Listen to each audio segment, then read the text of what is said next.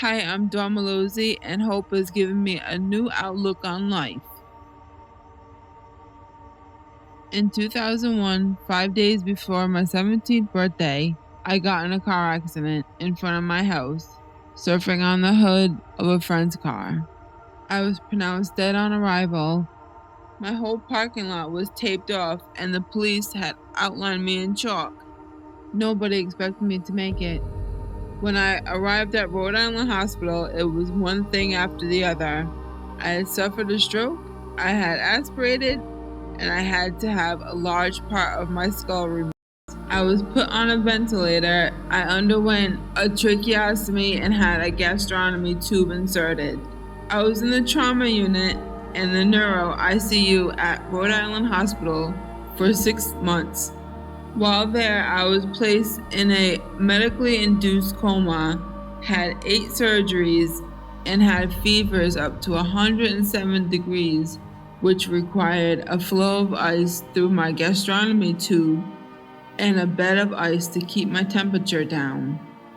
After leaving Rhode Island Hospital, I was in Vanderbilt Hospital for 4 months, where I relearned to eat, talk, and walk with the use of special equipment. I was then at Sergeant Rehabilitation for 2.5 years for occupational therapy, physical therapy, and speech therapy before finally going home. For 15 months after my accident, I wore a helmet until I could have a prosthetic skull put in. But making it through all this has given me hope to tackle any challenge life throws at me.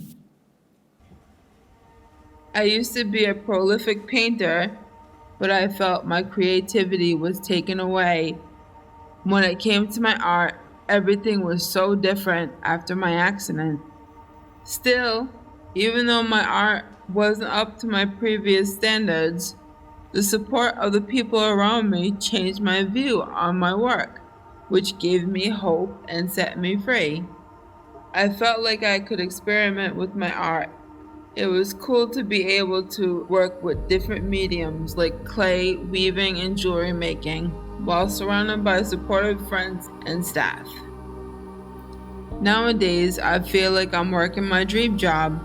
I get to work with some of my best friends who give me the inspiration to achieve my full potential as an artist, and it gives me hope to watch them succeed alongside me.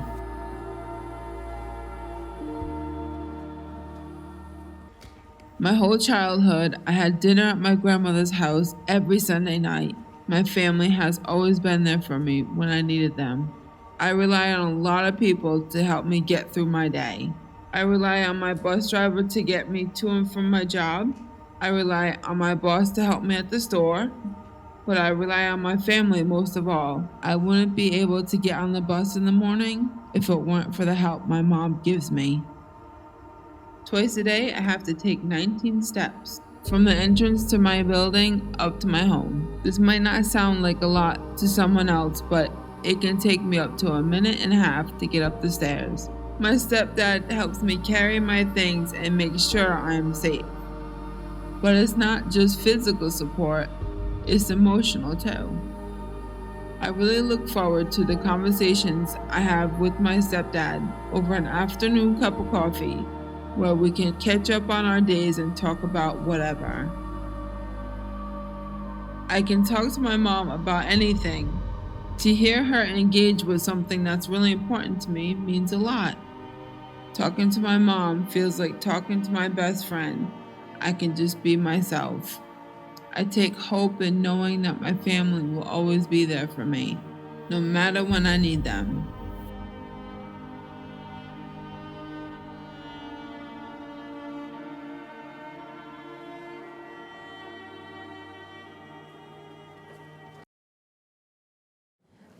I'm nervous.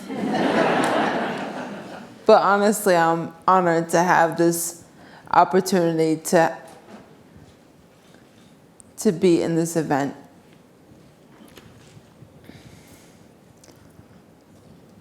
You've seen my 3 vignettes for a reason. This reason is hope.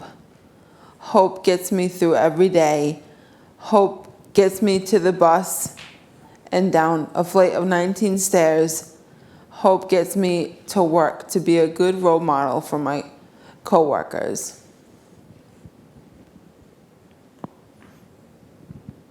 Four years ago, I was introduced to TED and TEDx by my staff, Melissa.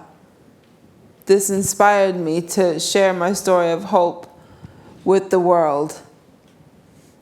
I've done several speaking arrangements.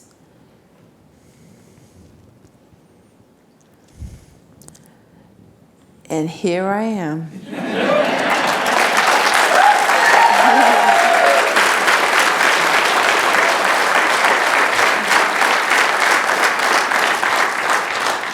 Thank you all so much for coming tonight. Thank you so much.